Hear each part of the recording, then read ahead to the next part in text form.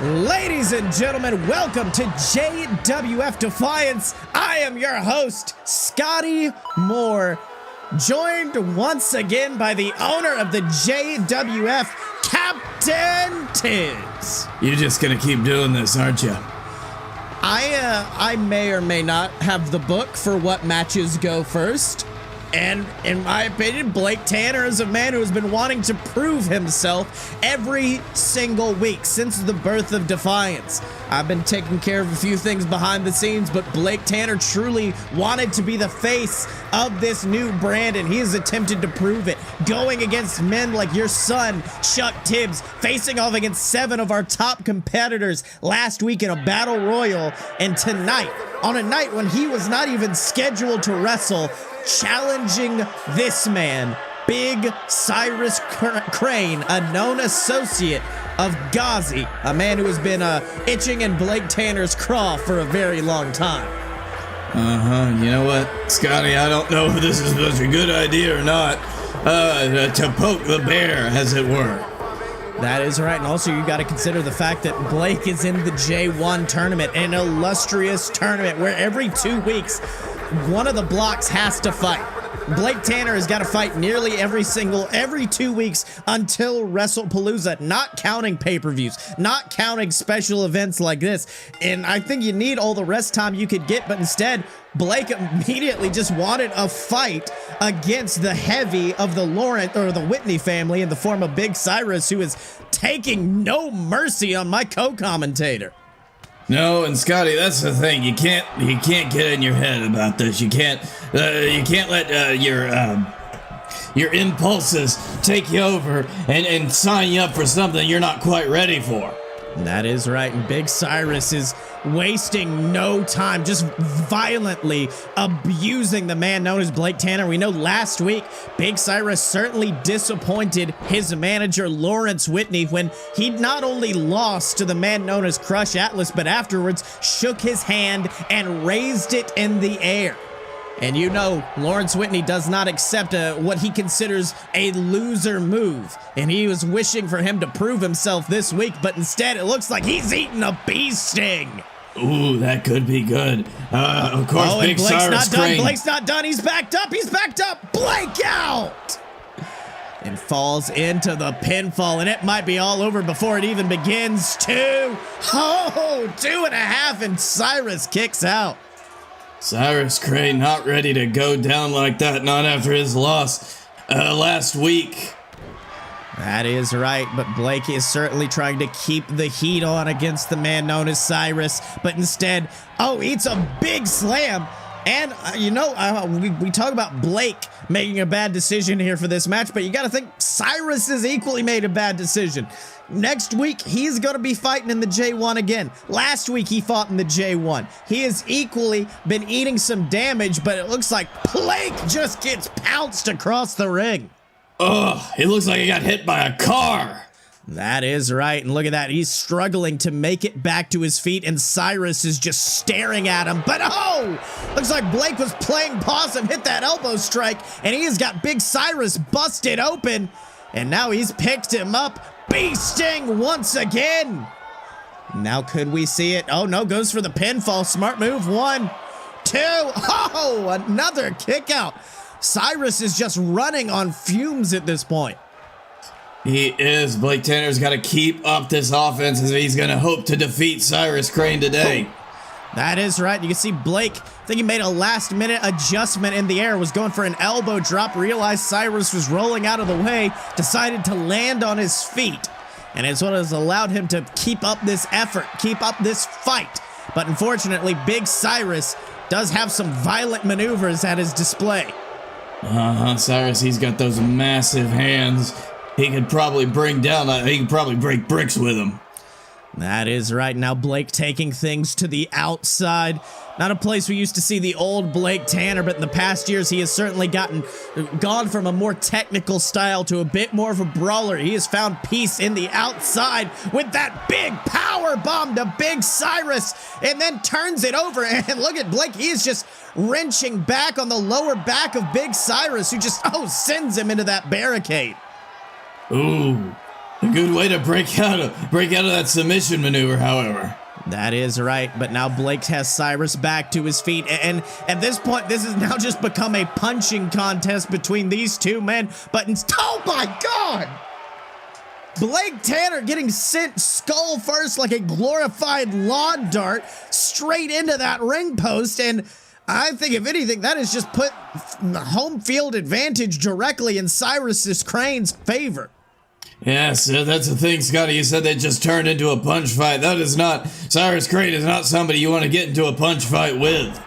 That is right, and now look at this, just slamming him down. It looks like Cyrus actually utilizing a lot of the famed maneuvers Blake likes to employ, almost mocking the former tag team champion, former world champion, but instead, gets suplexed into the corner for his troubles, and Blake finally looking to come back. Blake Tanner, he's gonna have a lot to make up for, though, the damage that Cyrus Krane has inflicted on him. That is right, and now he's got him in the corner. Big Cyrus plotting out his next move, plotting out the next bit of destruction that he can take. And let's see, thinking here, wait a minute, beasting! Ooh. Beasting! Blake Tanner's own maneuver, dropping him on his skull, goes for the pin. 1, 2, 3.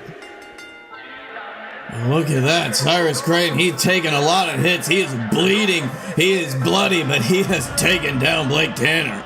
That is right, not only taking him down, doing him the ultimate disrespect, using Blake Tanner's own maneuver against him. And if Lawrence Whitney sent Cyrus out here on a mission, I believe Big Cyrus certainly achieved it, and he is not done going after Blake. No, absolutely not. You can tell he wants to get as many kicks in as possible, maybe softening up Blake Tanner. That is right. But now we move on to a man who has been going toe-to-toe with our champion lately in the form of the Gamer's Gamer, Mark Plays. I have something to say, so everyone shut up and listen. JWF's been overlooking me, and I'm sick and tired of it. You see, things are about to change, whether you like it or not. For a while now, I've had a thorn in my side. It's been getting underneath my skin, digging deeper and deeper. It's giving me an itch, this scratch, and I'm tired of ignoring the pain. Tired of hoping that thorn will go away on its own. So it's time to take that thorn out once and for all. The Dylan, I'll give you until the time I finish talking to get out here and face me in this ring before I get even more pissed off. You better hurry up too, because I'm already rambling to give you more time, and I hate rambling because it means I'm still talking. Well, ladies and gentlemen at home, your wish has been granted, Mark Plays, because the JWF champion, the man known as the Dylan, the Lord of the Smart Side, is headed to the ring, and you can tell he is not agreeing with what Mark Plays is laying down tonight. No, this does not look like it's going to be a fun confrontation. Silence. I said silence. You should know better when an intellectually, athletically, and charismatically superior enters your presence. Especially you. You and I need to have a discussion because there's something I've been meaning to say to you for a long time. Oh, that actually sounds like Dylan. I know, I just have to talk a little bit slower. That's how you do it. Hold on, wait a minute, wait. You're coming out here and interrupting me. You come out here and interrupted me. You see, in case you can't tell, I'm having a hard time believing this. Very good speech, pal. Very good. But you see, no one came out here to hear people talk. They came here to see pure in-ring talent, which is why I came out here. You see, they deserve to see what a real athlete looks like, and you're looking at him right now.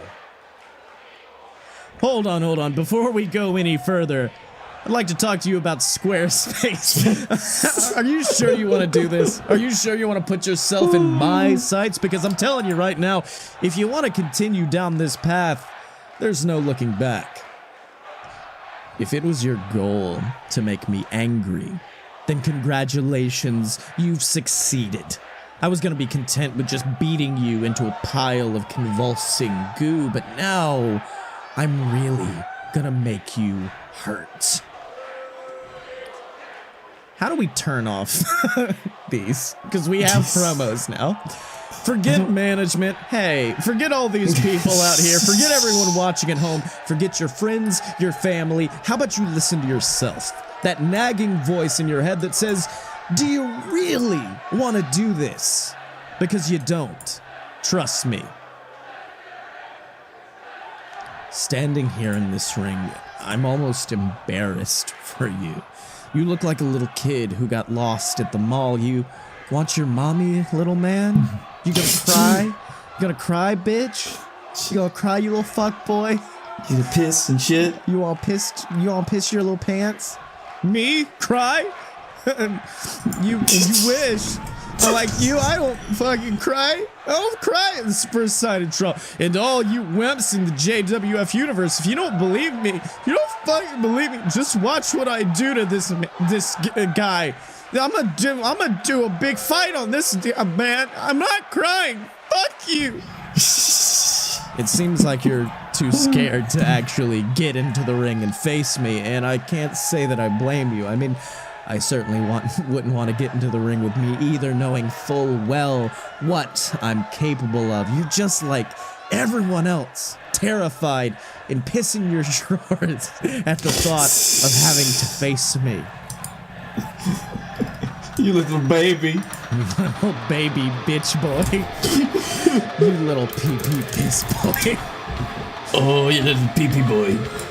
That is a non-canonical rivalry segment. We like to have fun here on Defiance. We like to have fun. And now we're going to have a whole lot of fun as we move on to the next J1 tournament match in Block A. As, I thought about this earlier, off topic, because fuck this guy.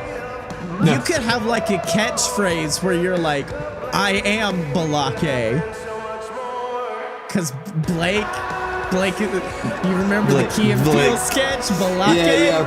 Buhlock. Yeah, you get it? Yeah. And then Anyways, fucking Buhlock. Chuck Tibbs is here, I guess. Look, I've already beat Chuck once. No, I don't care about watching him. Much more than that. Much more than once. But if you want to talk about a man who Chuck has certainly had his share of feuding with, it's this man, the king of Flavortown, Guy Fieri. Oh, I'm so glad to see this man back again. That is right. It has been a long time since we have seen Guy Fieri in a JWF ring. In fact, I think the last time we really saw him was at the Regal Rumble when he lost his title to Chuck Tibbs. And much like last week when Chuck Gibbons came in with a score to settle against Mark Plays, I think Guy Fieri may have an equally big score to settle right now. He is putting it to good use as he picks up Chuck and just drops him down.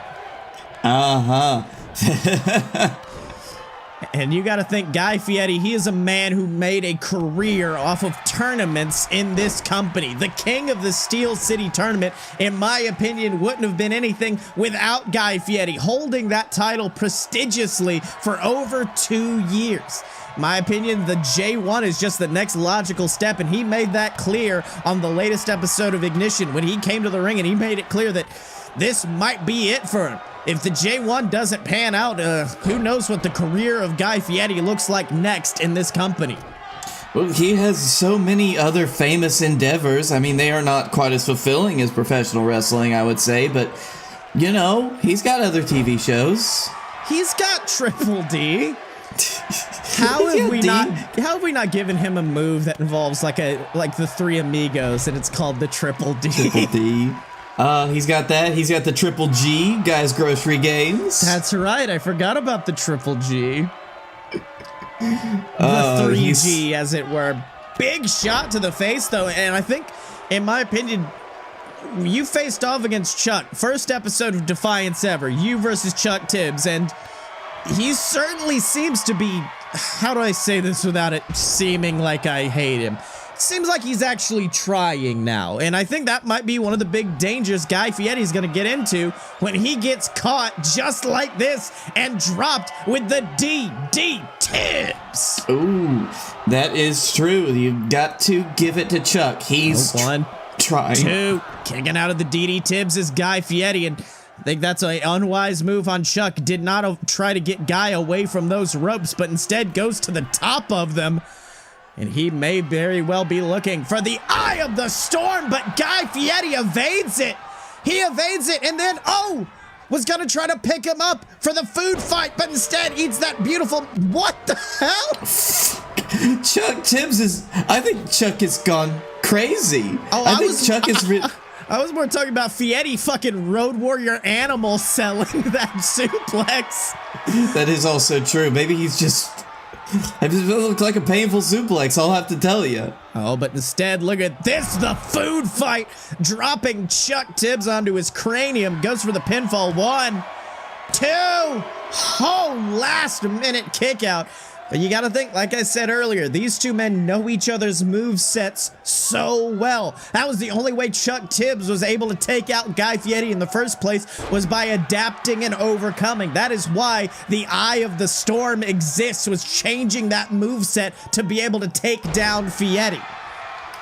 Exactly, and you see, it's still, you gotta watch out. It's one of those things when you go for any high-flying maneuver, like, it could succeed just as easily as it could fail. That's right. Instead, he's just going to try to drop him one more time with the DD Tibbs. Rolls him over. He is throwing everything he has at the King of Flavortown. But, Guy kicking out at the last second.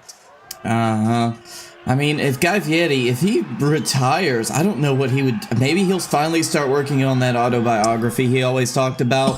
Guy and I. Guy and me. Guy in the sky. And that is exactly what Chuck Tibbs is looking to achieve tonight. He just keeps tossing the boy in the air over and over again. But finally, Guy Fieri getting advantage, takes him down. Big shot, picks him up. And just driving that knee straight into the spine of the King of Flavortown. And let's not forget the accolades this man has held in this company. Yes, it is Guy Fieri. Yes, that Guy Fieri. But at the end of the day, he is a former JWF champion, multiple-time tag team champion. He is nothing to mess with in this company. Multiple tournaments, multiple accolades, and he is putting them all on display tonight against Chuck Tibbs, who seems to be fighting an uphill battle. Yes, and like you said earlier, tournaments are Guy Fieri's bread and butter, for lack of a better term. No, that's the exact right term to use. It's the exact best one. And these two men are truly putting on a clinic tonight, in my opinion. They are going after one another. Absolutely. If you'd seen this kind of offense from Chuck Tibbs on night one, I don't know who could have come out on top of our match. I mean, you probably would have still beat the shit out of him with a chair. I would have done that either way. It didn't matter.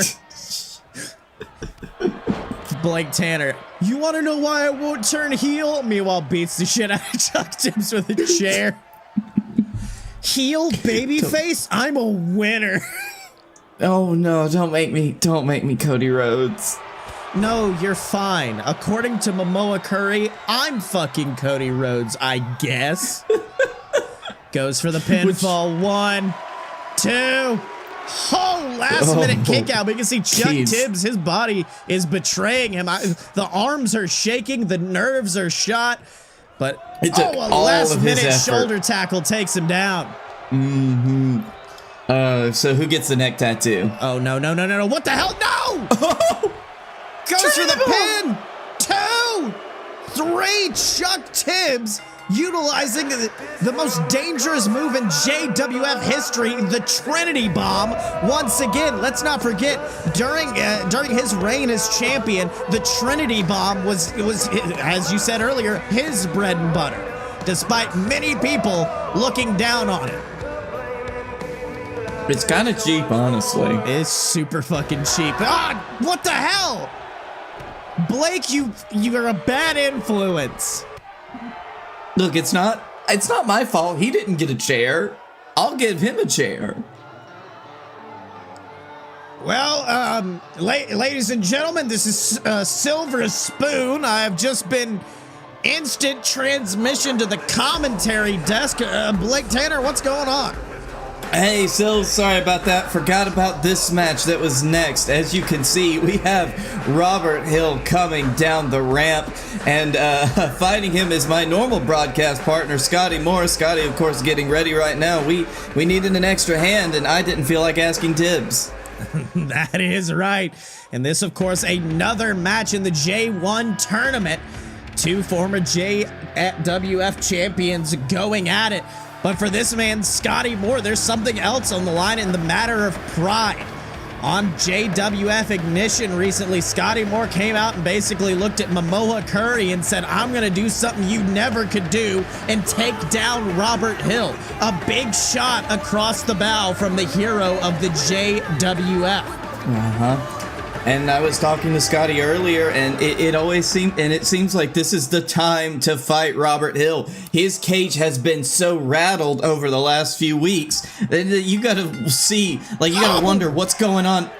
That'll certainly rattle the cage right there. A big boot straight to the skull before taking that knee and just driving it down into the neck of Robert Hill. And let me tell you something, this is night and day compared to the Robert Hill of the past, who just eats a big jawbreaker from the hero of the JWF, who is just laying in vicious shots. Scotty Moore has come unhinged. I don't think Scotty just did not wait for anything. SMG! SMG straight in the center of the ring. 1, 2, 3. What? Well, Scotty Moore has certainly made a career lately of taking down giants, defeating the undefeated. I mean, let's not forget, he took out Mark Blaze. He ended the over 600-day undefeated streak of the Dylan.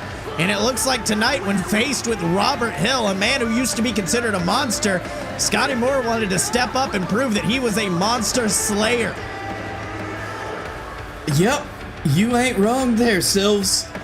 That is right, and I'll be honest, if I'm Robert Hill, I'm gonna have to focus up because the rest of the matches in the J1, they're not gonna be looking too kindly for him. I think if he loses one more, he may just be mathematically eliminated. That is very possible. Robert Hill has got a lot to fight for over the next few weeks if he's gonna have a snowball's chance. Oh, hey, buddy. Hey, bud. Yeah, what the fuck was that? Huh? What? Oh, I'm sorry. It's just like Momoa. Every time I talk to Momoa about Robert Hill, he was like, oh, he's very big and scary and he fights so viciously. But then I just did that. And all this time Momoa has been talking about, oh, I'm the god of the JWF. I have these mystical powers. Well, once again, I am refusing, or maybe I'm just blind to see what those powers are, Momoa. But enough about me. I can talk about this in my sit-down interview next week with Momoa. For now, let's get into this main event match where our tag team champions, Demon Inc., are gonna go toe-to-toe with none other than the WildEyed Southern Boys. All right, here we go. After that fantastic display of intensity, we are moving on into something that could just devolve into a massacre. That is right. I mean, let's not forget the WildEyed Southern Boys have certainly been on the up and up of late, ever since abandoning AJ Steele and aligning themselves with Chuck Gibbons. Everyone has been waiting for this moment, for this match, to see how the WildEyed Southern Boys handle themselves against a team like Demon Inc. Because let's be honest, we have seen in the past men like Demon Inc. come into this company like a house of fire, end up victorious, and then one loss puts them on a very bad downspill. And if anybody knows about that more than anybody, it's the WildEyed Southern Boys. The WildEyed Southern Boys, of course, came into JWF like a house of fire on its own. when they formed up together, they seemed like they were undefeatable for a time. That is right. Oh, look at that, slamming the arm into the mat as Sammy sent his Houston Longhorn, taking out Alistair Bateman with a big lariat. Meanwhile, it looks like Houston on the outside digging for some plunder, and he has got a sledgehammer. Oh, wait a minute. Brought it into the ring, but instead tossed it to Sam Adams. A wise move. He saw Alistair Bateman was coming for him. He decided instead to go after to give it to Sam Adams instead, who used it to what appears to be very great effect. Holy, look at that, the wild-eyed Southern boys from the sledgehammer shot heard round the world. Straight into the ribs. This was a no DQ match, of course. It was a Texas tornado match, as it were, which I guess should have given us a hint as to who was going to be walking out victorious. I do enjoy Houston giving the the fans a gun show while his partner pinned him. And this is a return to form, in my opinion, for the Wild-Eyed Southern boys. And if I'm the tag team champions, I'm going to be looking out, because those belts might just be returning to these men. Yeah, but you caught the champs off guard once, Southern boys. I don't know if they're going to be caught like that again, so you better be ready to bring it. That is right, ladies and gentlemen. But until next time, he's been Blake Tanner. I've been Scotty Moore. We have been the BS, and this is Defiance.